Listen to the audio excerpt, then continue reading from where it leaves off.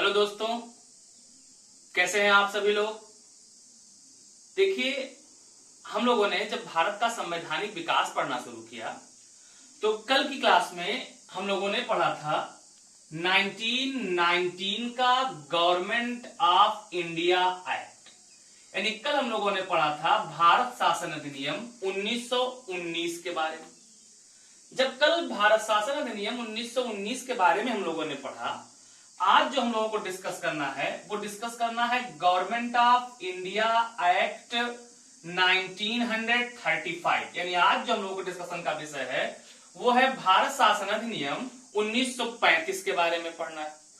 तो जो government of India act 1919 है, भारत शासन अधिनियम 1919 है, इसमें एक प्रोविजन किया गया था, एक प्रावधान ये किया गया था कि भारत के संवैधानिक विकास की जांच के लिए, यानी भारत का कॉन्स्टिट्यूशनल डेवलपमेंट कितना हुआ, भारत का संवैधानिक विकास कितना हुआ, इस संवैधानिक विकास की जांच के लिए एक आयोग बनाया जाएगा, एक कमेटी बनाई जाएगी, एक कमीशन बनाया जाएगा। तो इसी के प्रावधान के तहत 1927 में 1927 में एक आयोग ब्रिटेन के द्वारा, ब्रिटिश पार्लियामेंट के द्वारा गठित किया गया, जिसके अध्यक्ष बनाए गए थे जॉन साइमन। कौन अध्यक्ष बनाया गया था? जिसके अध्यक्ष बनाए गए जॉन साइमन। तो जॉन साइमन चूंकि इसके अध्यक्ष थे, इसीलिए इसी आयोग को हम लोगों ने नाम दिया साइमन कमीशन। किस नाम से जानते हैं हम लोग? तो इसे हम लोग जानते हैं साइमन कमीशन के नाम से। जो साइमन कमीशन है, इस साइमन कमीशन को भारत के संवैधानिक विकास की जांच करना था। इसमें कुल 7 मेंबर थे और 7 के 7 लोग अंग्रेज थे, ब्रिटिशर्स थे। चूंकि ये अंग्रेज थे और इनको काम क्या था, भारत के संवैधानिक विकास की जांच करना था, इसीलिए भारतीयों के द्वारा इस साइमन कमीशन का विरोध किया गया और इसको कहा गया श्वेत आयोग। क्या नाम दे दिया गया? तो श्वेत आयोग कहा हम लोगों ने, व्हाइट कमीशन कहा, और इसका हम लोगों ने प्रबल विरोध किया। इसका विरोध करने के जब 1927 ईस्वी में एमएन अंसारी की अध्यक्षता में, किसकी अध्यक्षता में? एमएन अंसारी की अध्यक्षता में 1927 में कांग्रेस का मद्रास सेशन हुआ, यानी मद्रास में कांग्रेस की बैठक बुलाई गई, तो वहीं एक डिसाइड कर लिया गया कि हम लोग साइमन कमीशन का प्रबल विरोध करेंगे।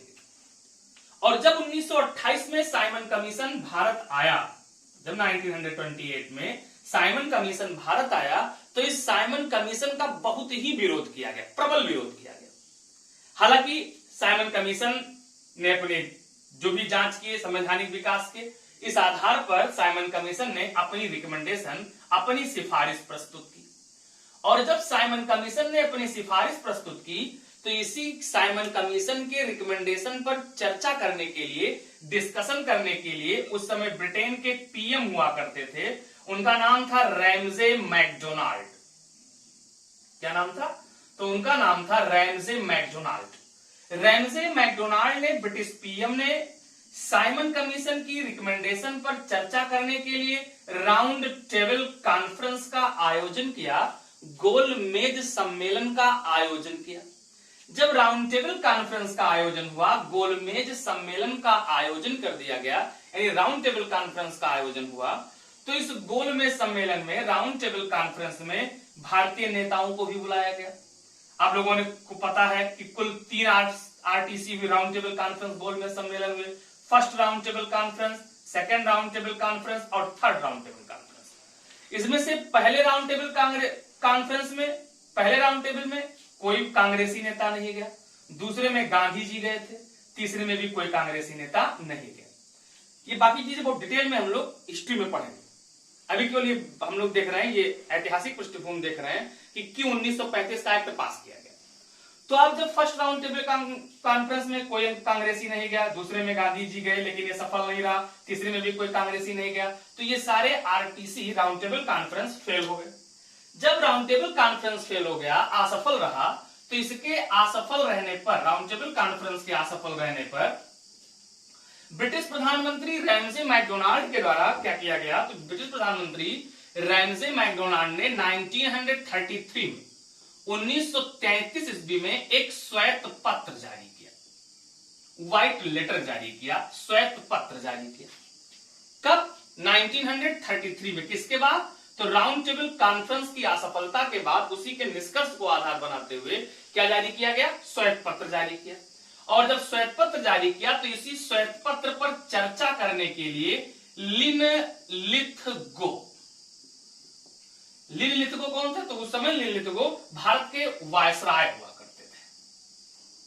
तो लिनलिथगो की अध्यक्षता में श्वेत पत्र पर चर्चा करने के लिए एक संयुक्त समिति बनाई गई और इसी संयुक्त समिति की रिपोर्ट के आधार पर, किसके आधार पर? तो संयुक्त समिति अध्यक्ष कौन है? लिनलिथगो। इसी संयुक्त समिति की रिपोर्ट के आधार पर, इसी की सिफारिश के आधार पर क्या पास किया गया? तो government of India act 1935, Bharat शासन अधिनियम 1935 पास किया गया। गवर्नमेंट ऑफ इंडिया एक्ट 1935 पास किया गया। और ये कब पास हुआ? तो इसकी डेट है 4 अगस्त 1935। कब पास हुआ? तो ये पास हुआ 4 अगस्त 1935 को। नाम क्या है? Government of India act 1935, Bharat शासन अधिनियम 1935 कब पास करके आया? 4 अगस्त 1935 को। ये जो भारत शासन अधिनियम 1935 है, इस भारत शासन अधिनियम 1935 में कुल 321 अनुच्छेद थे, 321 आर्टिकल इसमें थे। इसमें 10 अनुसूचियां थी, 10 शेड्यूल थे, 10 अनुसूचियां थी और इसमें कुल 14 भाग थे। यानी कुल कितने आर्टिकल? 321, कुल कितनी अनुसूचियां? 10 और कुल कितने भाग थे? 14 भाग थे। तो अब इस पूरे भारत शासन अधिनियम 1935 में क्या प्रोविजन किया गया, अब हम लोगों को ये डिस्कस करना है। यानी क्या क्या इसके प्रोविजन थे, क्या क्या इसके प्रावधान थे। तो देखिए प्रोविजन क्या है इसके।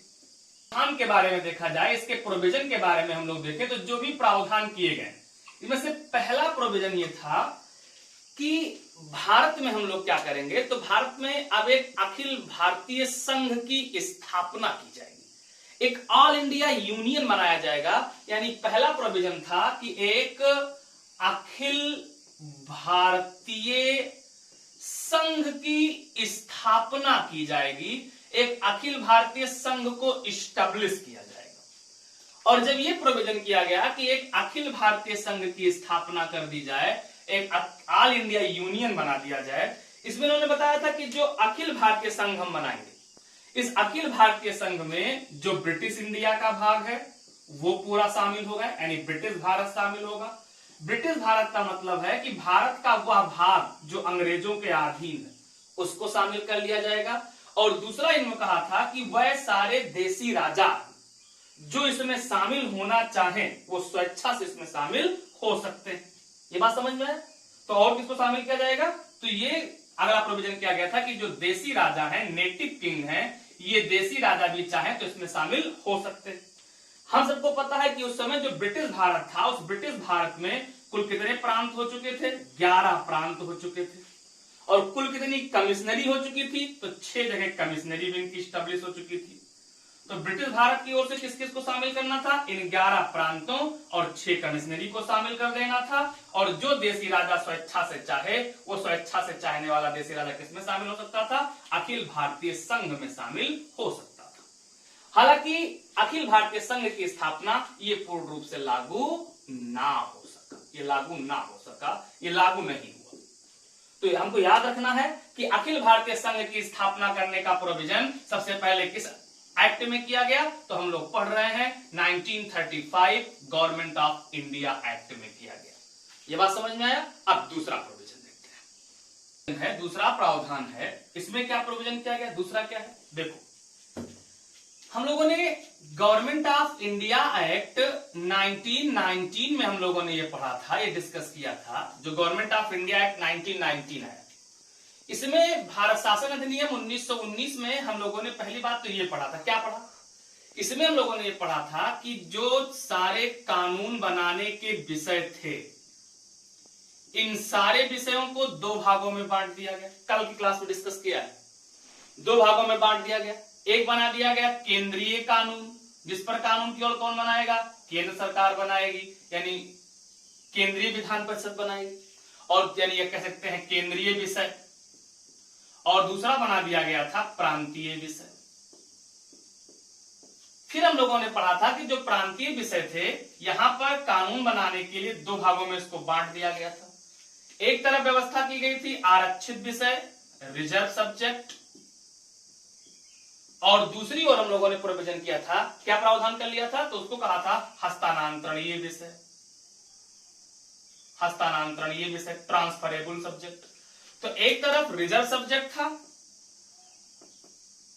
और दूसरी ओर था ट्रांसफरेबल सब्जेक्ट। तो जो रिजर्व सब्जेक्ट था, आरक्षित विषय था, रिजर्व सब्जेक्ट, इस रिजर्व सब्जेक्ट में हम लोगों ने पढ़ा था कि गवर्नर जनरल अपनी काउंसिल की सहायता से कानून बनाते थे।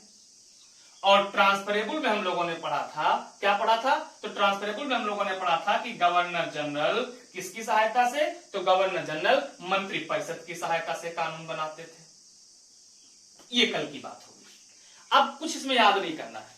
अब 1935 के एक्ट की अगर हम बात करें, तो जो गवर्नमेंट ऑफ इंडिया एक्ट 1935 है, वहां इसमें यह प्रावधान किया गया कि प्रांतीय प्रशासन से जो द्वैध शासन था, यानी प्रांतों में जो द्वैध शासन लगाया गया, इस प्रांतों के द्वैध शासन को समाप्त कर दिया गया। तो पहली बात, पहला प्रोविजन क्या हो गया कि प्रांतों से द्वैध शासन को समाप्त कर दिया गया। और प्रांतों से द्वैध शासन को समाप्त करने का मतलब सीधा सीधा ये हो गया कि प्रांतों को क्या दे दी गई, कानून बनाने की स्वायत्तता दे दी गई। इनको अधिकार दे दिया गया कि अब वो कानून बनाएंगे। ये बात समझ में आया। तो पहली बात, प्रांतों से द्वैध शासन को किस एक्ट के द्वारा समाप्त किया गया, तो प्रांतों से द्वैध शासन को गवर्नमेंट ऑफ इंडिया एक्ट 1935 के द्वारा समाप्त किया गया। इतनी बात एकदम क्लियर समझ में आई। किस एक्ट के द्वारा, तो गवर्नमेंट ऑफ इंडिया एक्ट 1935 के द्वारा किया गया। यहां स्वायत्तता लागू कर दी गई, ऑटोनॉमस स्टेटस लागू कर दिया गया, कानून बनाने के अधिकार प्रांतों को दे दिए गए। दूसरी खास बात ध्यान दीजिएगा, देखो यहां जो केंद्रीय विषय था, यानी जो केंद्रीय कानून के लिए विषय थे, अब ये व्यवस्था उठा करके कहां लागू कर दी गई, केंद्रीय विषय में लागू कर दी गई। मतलब सीधा सीधा ये है, प्रांत वाली बात समझ में आ गई। अब देखो यहां, इसका मतलब ये हो गया कि अब जो केंद्रीय विषय है, ये जो केंद्रीय विषय हैं, ये कितने भागों में बांट दिए गए, तो ये केंद्रीय विषय दो भागों में बांट दिए गए। सेम वही बात याद रखनी है, यानी केंद्र में क्या लागू कर दिया गया, द्वैध शासन लागू कर दिया गया, डायरार्की लागू कर दी गई। तो केंद्र में द्वैध शासन को किस एक्ट के द्वारा लागू किया गया, तो केंद्र में द्वैध शासन को गवर्नमेंट ऑफ इंडिया एक्ट 1935 के द्वारा लागू किया गया। यानी इसमें भी क्या किया गया होगा, तो केंद्रीय विषय को कितने भागों में, दो भागों में बांटा गया। एक क्या बनाया गया, रिजर्व सब्जेक्ट, दूसरा क्या बनाया गया, ट्रांसफरेबल सब्जेक्ट। जो रिजर्व सब्जेक्ट था, इस पे कानून बनाने का अधिकार गवर्नर जनरल और उनकी काउंसिल को दिया गया। जो ट्रांसफरेबल सब्जेक्ट था, इसमें क्या किया गया, तो इसमें गवर्नर जनरल मंत्रिपरिषद की सहायता से क्या करते थे, कानून बना सकते थे। ये बात एकदम क्लियर समझ में। अब जो गवर्नर जनरल और उनकी काउंसिल है, ये गवर्नर जनरल और उनकी काउंसिल किसके माध्यम से, तो भारत सचिव के माध्यम से। किसके माध्यम से, भारत सचिव के माध्यम से किसके प्रति उत्तरदायी होते थे, तो ब्रिटिश सरकार के प्रति उत्तरदायी थे। ब्रिटिश सरकार के प्रति उत्तरदायी थे। अब आपको याद रखना है, क्या याद रखना है, कि केंद्रीय यानी केंद्र में द्वैध शासन को 1935 के एक्ट से लागू किया गया, जिसमें आरक्षित विषय और हस्तांतरणीय विषय बनाए गए। आरक्षित विषय पर गवर्नर जनरल उनकी काउंसिल का अधिकार था, ट्रांसफरेबल सब्जेक्ट पर किसको, मंत्रिपरिषद, गवर्नर जनरल, ये दोनों लोग कानून बनाते थे। ये बात एकदम क्लियर समझ में आ गई। अब आगे बढ़ते हैं नेक्स्ट प्रोविजन। नेक्स्ट प्रोविजन किया गया इसमें, अगला प्रावधान जो है, देखो नेक्स्ट ये है कि 1935 के एक्ट में, गवर्नमेंट ऑफ इंडिया एक्ट में यह भी प्रोविजन किया गया था, यह प्रावधान किया गया कि भारत में एक फेडरल कोर्ट यानी संघीय न्यायालय की स्थापना की जाए। किसकी स्थापना की जाए, तो भारत में एक संघीय न्यायालय की स्थापना की जानी चाहिए, यानी इंडिया में एक फेडरल कोर्ट होना चाहिए। देखो हम लोगों ने पढ़ा था कि 1773 का जब रेगुलेटिंग एक्ट आया था, 1773 का जब रेगुलेटिंग एक्ट आया, तो इस 1773 के रेगुलेटिंग एक्ट में प्रोविजन था कि भारत में एक सुप्रीम कोर्ट की स्थापना की जाए। और हम लोगों ने पढ़ा था कि 1774 में कोलकाता में, यानी उस समय कलकत्ता नाम था, कोलकाता में एक सुप्रीम कोर्ट की स्थापना कर दी गई। इसमें 1+3 जज थे और इस सुप्रीम कोर्ट के जो पहले जज बनाए गए थे इनका नाम था एलिजा इम्पे। ये सारी बातें हम लोग पढ़ भी चुके हैं, एलिजा इम्पे बनाए गए थे। अब यहां 1935 के एक्ट में यह प्रोविजन किया गया कि एक संघीय न्यायालय, एक फेडरल कोर्ट की स्थापना इंडिया में की जानी चाहिए, यानी there should be a federal court in India. और इनकी इस रिकमेंडेशन को एक्सेप्ट कर लिया गया, इनकी इस रिकमेंडेशन को मान भी लिया गया, यानी भारत में 1935 के एक्ट के आधार पर एक संघीय न्यायालय की स्थापना 1 अक्टूबर 1937 को की गई। यानी भारत में फेडरल कोर्ट कब स्टैब्लिश हो गया? 1 अक्टूबर 1937 को स्टैब्लिश हो गया। इसमें कुल 1+6 जज बनाए गए। कितने जज बनाए गए? 1+6 जज बनाए गए। यानी इस फेडरल कोर्ट के जो पहले चीफ जस्टिस थे इनका नाम था मॉरिस ग्वेर, सर मॉरिस ग्वेर नाम था। ये पहले जज बनाए गए थे किसके? फेडरल कोर्ट के। जो ये 6 जज थे, इन 6 जजों में 2 भारतीय जज शामिल थे। इन 6 में 2 कौन थे? तो इन 6 में 2 भारतीयों को जज बनाया गया था। और जो 2 भारतीय जज बनाए गए थे इसमें एक थे जस्टिस M.R. जैकब, एक का नाम था जस्टिस M.R. जैकब, और जो दूसरे बनाए गए थे इनका नाम था जस्टिस M.S. सुल्तान। क्या नाम था? Justice M.S. सुल्तान नाम था। ये 2 भारतीयों को भी इस जज के रूप में शामिल किया गया था संघीय न्यायालय में। अब देखिए, जैसे मान लीजिए कि कोई मामला संघीय न्यायालय में गया, इस संघीय न्यायालय से जो भी निर्णय आएगा, इसके निर्णय को अगर आपको चैलेंज करना है, अपील करनी है, तो इसके लिए अपील करने का अधिकार था प्रिवी काउंसिल। यानी फेडरल कोर्ट के निर्णय के विरुद्ध कहां पर अपील की जा सकती थी? तो फेडरल कोर्ट के निर्णय के विरुद्ध अपील केवल और केवल प्रिवी काउंसिल में हो सकती थी। यानी कहां जाना पड़ेगा? लंदन जाइए और लंदन के प्रिवी काउंसिल में जाकर के फेडरल कोर्ट के अगेंस्ट आप अपील कर सकते हैं। अब जो ये संघीय न्यायालय है, इस संघीय न्यायालय को कुछ खास अधिकार दिए गए थे। पहली बात तो जो ये संघीय न्यायालय था, ये प्रारंभिक अपील का न्यायालय था। प्रारंभिक अपील का न्यायालय था।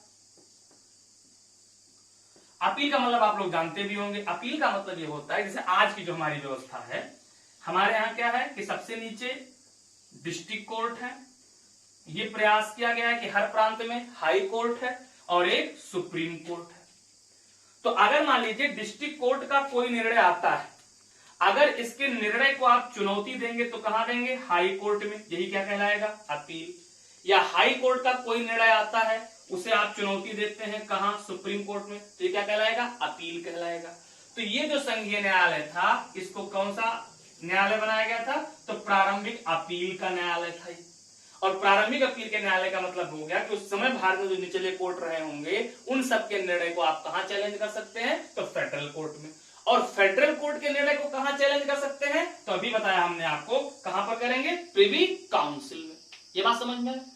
और दूसरा इसको अधिकार क्या था? जो फेडरल कोर्ट था, इस फेडरल कोर्ट के पास परामर्शदात्री अधिकार था। एडवाइजरी पावर भी इनके पास था, एडवाइजरी अधिकार था। आज भी हमारी जो सुप्रीम कोर्ट है, सुप्रीम कोर्ट के पास एडवाइजरी अधिकार है। किस आर्टिकल में? तो अंडर आर्टिकल 143, 143 में कौन सा अधिकार दिया गया है? परामर्शदात्री एडवाइजरी अधिकार दिया गया है।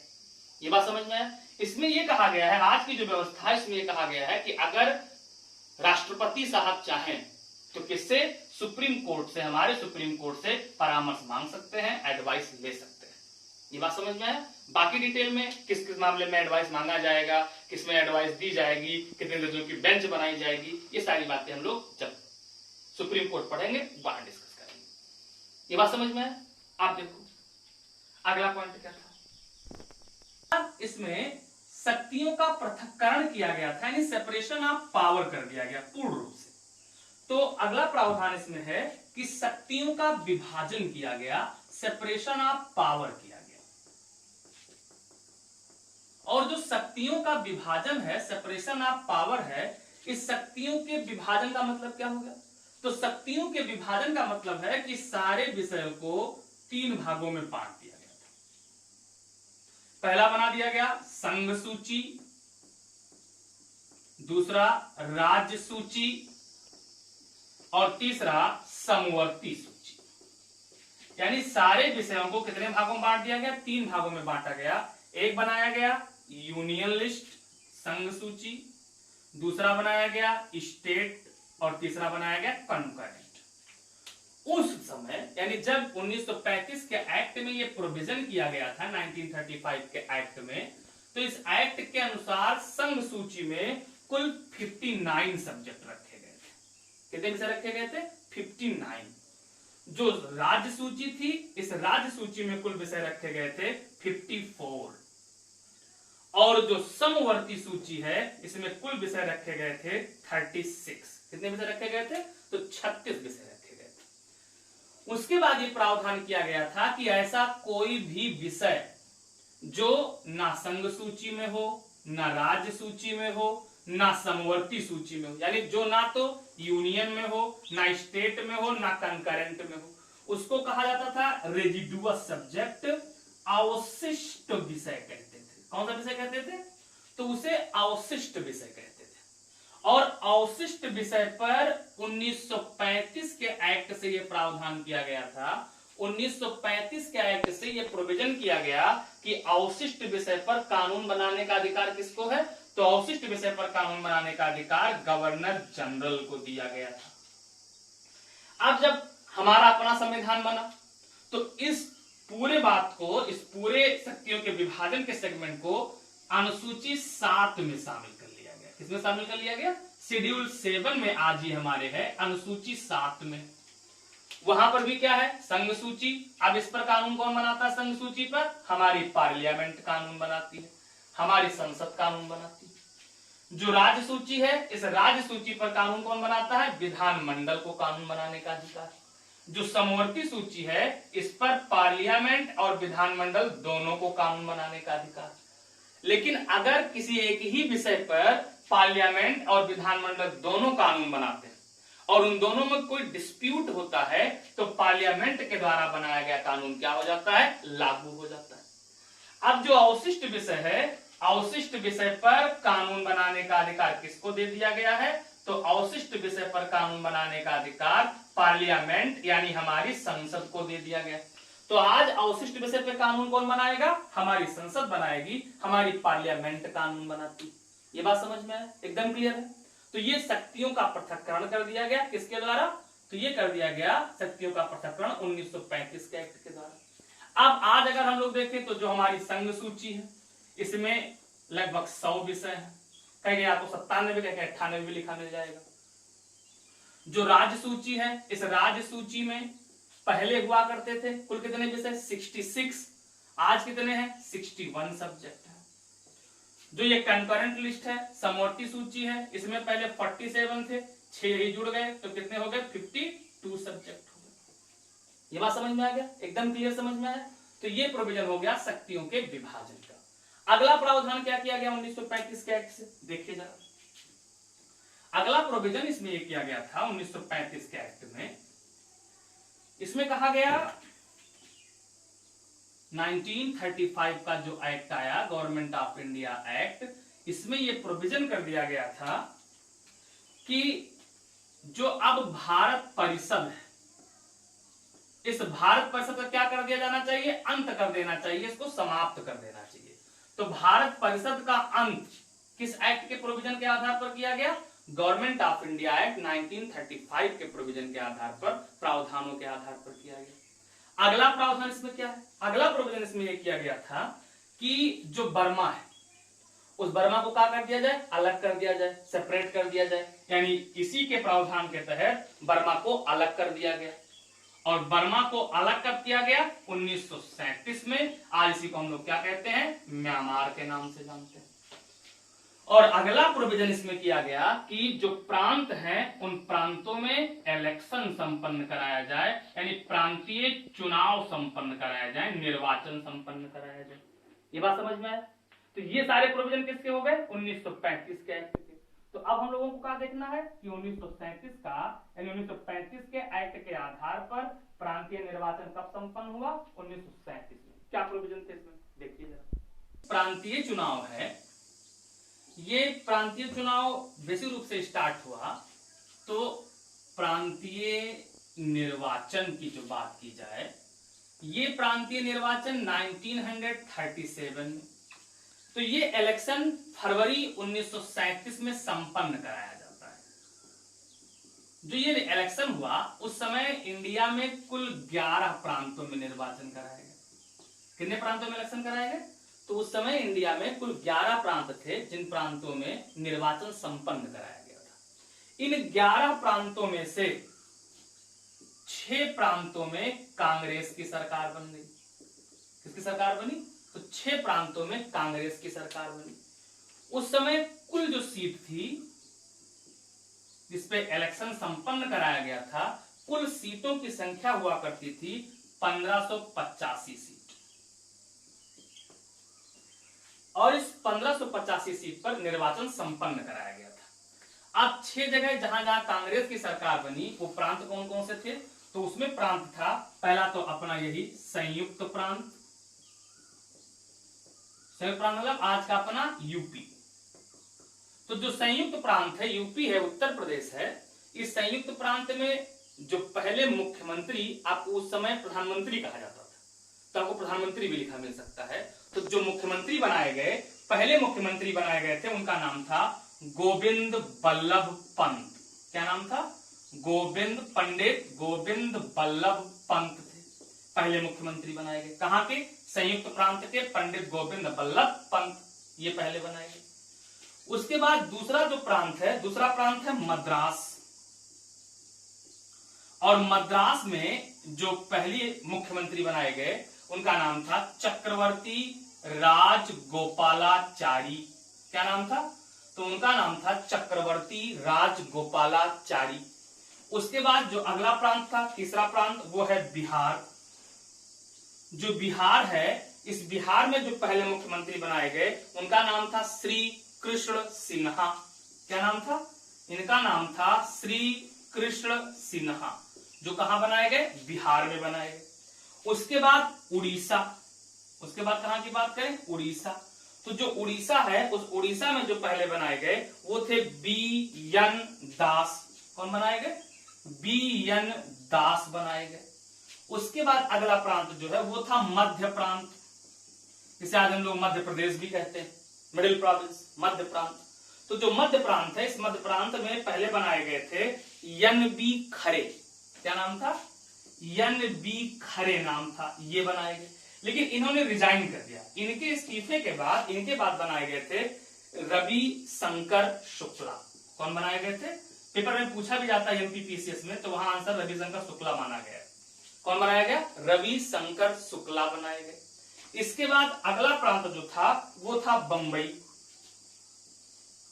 और बंबई में जो बनाए गए थे वो बनाए गए थे बी.जी. खरे। कौन बनाया गया? बी.जी. खरे बनाए गए। तो कौन कौन सी सीट कांग्रेस को मिल गई? संयुक्त प्रांत 1 सीट, मध्य प्रांत 2, बिहार 3, उड़ीसा 4, मध्य प्रांत 5 और बंबई 6। तो 11 में से 6 मिल गई कांग्रेस को। बाकी जो 5 सीटें हैं, इन 5 सीटों पर गठबंधन की सरकार बन गई। कहां कहां गठबंधन कैसे हुआ देखिए जरा। इसके बाद अगर हम लोग देखें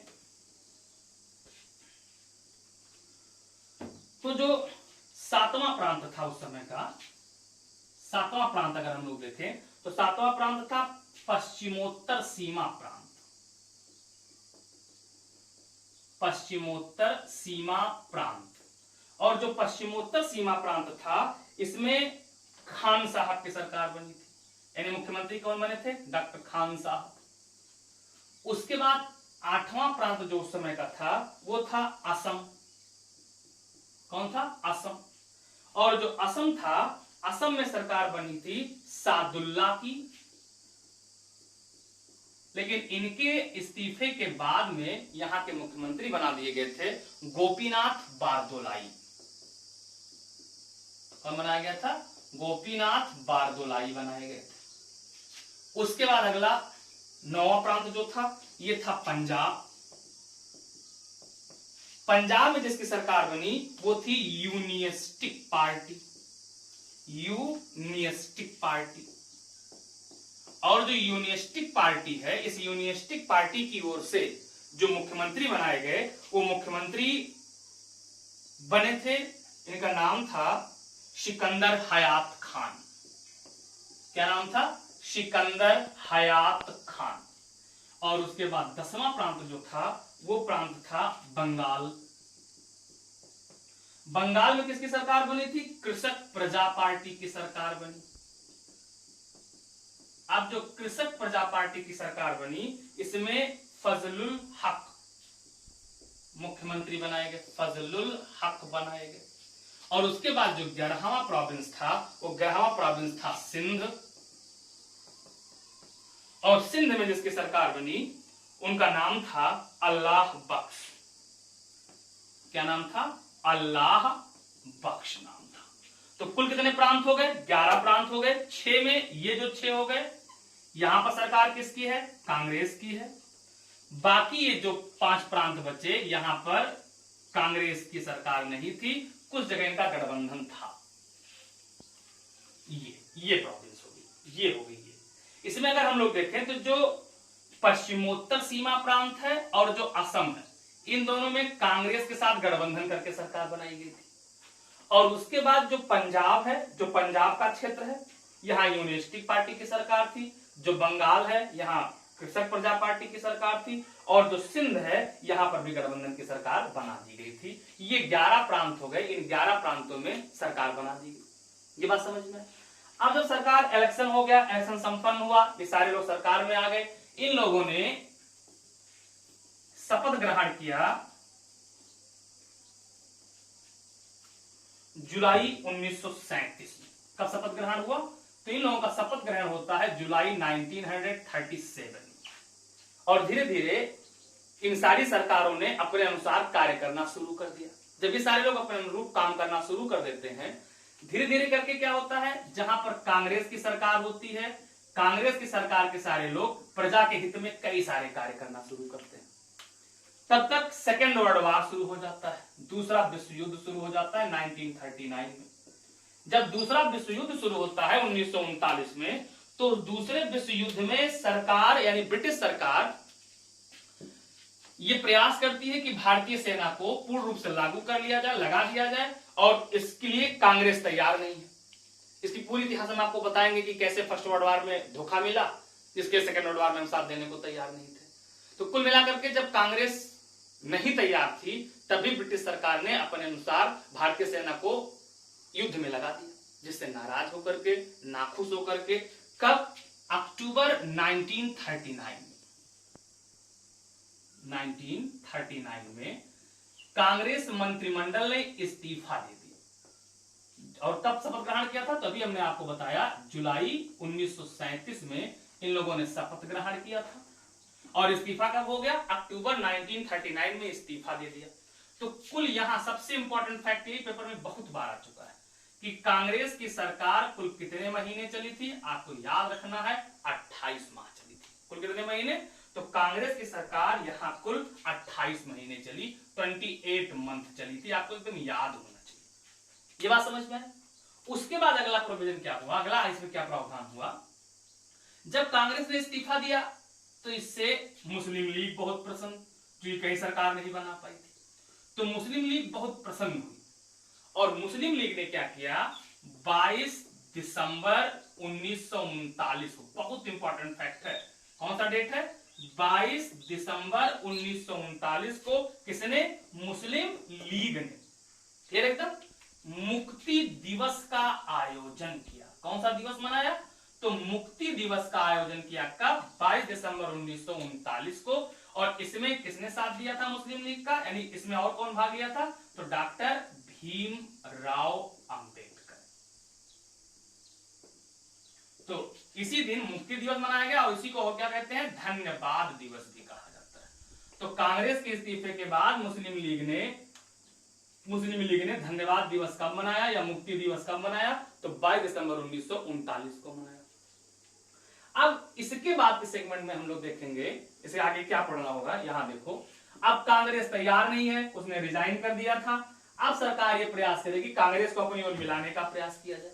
इसके लिए अब अगस्त 1940 में लिलिथगो के द्वारा अगस्त प्रस्ताव प्रस्तुत किया जाएगा। जो ये अगस्त प्रस्ताव आएगा इसमें क्या प्रोविजन होगी, इसके बारे में हम लोग डिटेल में चर्चा करेंगे। ये बात समझ में है।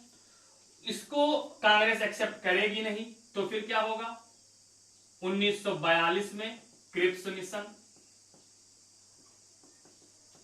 इस क्रिप्स मिशन को भी कांग्रेस एक्सेप्ट नहीं करेगी। क्यों नहीं करेगी, क्या प्रोविजन, ये सब बताएंगे हम आपको। इसके बाद बेबल प्लान को भी एक्सेप्ट नहीं किया जाएगा। शिमला सम्मेलन बेबल प्लान के अनुसार किया जाएगा, इसमें भी कोई सहमति नहीं बन पाएगी। तब आएगा 1946 में कैबिनेट मिशन। इसी कैबिनेट मिशन की रिकमेंडेशन के आधार पर हमारे यहां संविधान सभा का गठन किया जाएगा। किसका गठन किया जाएगा, तो संविधान सभा का गठन किया जाएगा। किसके अनुसार, कैबिनेट मिशन के आधार पर किया जाएगा, संविधान सभा का गठन किया जाएगा। इधर इसी के आधार पर इंटरिम गवर्नमेंट बनाई जाएगी, अंतरिम सरकार बनाई जाएगी। इस अंतरिम सरकार बन जाएगी, ये अपना कार्य शुरू कर देगी। संविधान सभा बन जाएगी, ये अपना काम शुरू कर देगी। और फिर 1947 का भारतीय स्वतंत्रता अधिनियम आएगा और इसी भारतीय स्वतंत्रता अधिनियम के आधार पर हमको क्या मिल जाएगी, आजादी मिल जाएगी। तो इन सारे सेगमेंट को हम लोग अगली क्लास में डिस्कस करेंगे। इतनी बात एकदम समझ में आ गई, एकदम क्लियर समझ में आया। तो बस एक पॉइंट आपको ध्यान रखना है कि जो 1935 का अधिनियम आया था, उस 1935 के अधिनियम को, किसकी बात कर रहे हैं, तो हम लोग बात कर रहे हैं 1935 के गवर्नमेंट ऑफ इंडिया एक्ट की। इसमें आपके लिए क्वेश्चन है, क्वेश्चन ये है कि निम्नलिखित में से किस नेता ने, उस समय के किस लीडर ने, किस नेता ने 1935 के अधिनियम को, किस एक्ट को, तो 1935 के अधिनियम को किस नेता ने अनेक ब्रेकों वाली इंजन रहित गाड़ी बताया था। क्या सवाल है, अनेक ब्रेकों वाली इंजन रहित गाड़ी किसने कहा था, यह आपका सवाल है। एक क्वेश्चन ये हो गया। सवाल क्या है कि 1935 के इस अधिनियम को किस नेता ने अनेक ब्रेकों वाली इंजन रहित गाड़ी कहा, यह आपको कमेंट करके बताना है, आपको पढ़ करके कमेंट करके बताना है। क्लियर एकदम। चलो हम आपको ऑप्शन दे देते हैं। आपका पहला ऑप्शन है पंडित नेहरू, दूसरा ऑप्शन है मोहम्मद अली जिन्ना, तीसरा ऑप्शन है महात्मा गांधी और चौथा ऑप्शन है इनमें से कोई नहीं। ये क्वेश्चन समझ में आ गया। और दूसरा क्वेश्चन है, सेम सवाल है कि किस नेता ने 1935 के अधिनियम को, अगला क्वेश्चन है किस नेता ने 1935 के अधिनियम को पूर्णतः सड़ा और मूल रूप से बुरा कहा, और मूल रूप से बुरा कहा। क्वेश्चन समझ में आया। यानी अगला सवाल है कि किस नेता ने 1935 के अधिनियम को पूर्णतः सड़ा और मूल रूप से बुरा कहा था, यह आपको बताना है। और ऑप्शन आपके यही चारों हैं। क्या क्या ऑप्शन है, पंडित नेहरू, जिन्ना, महात्मा गांधी, इनमें से कोई नहीं। क्लियर एकदम। इन दोनों के कमेंट बॉक्स में आपके आंसर चाहिए, पहले का जो भी सही जाए और दूसरे में जो भी सही जाए। इतनी बात समझ में। और बाकी का सेगमेंट हम लोग अगली क्लास में डिस्कस करेंगे। समझ में आया एकदम। चलिए, बहुत बहुत धन्यवाद। Thank you. जय हिंद।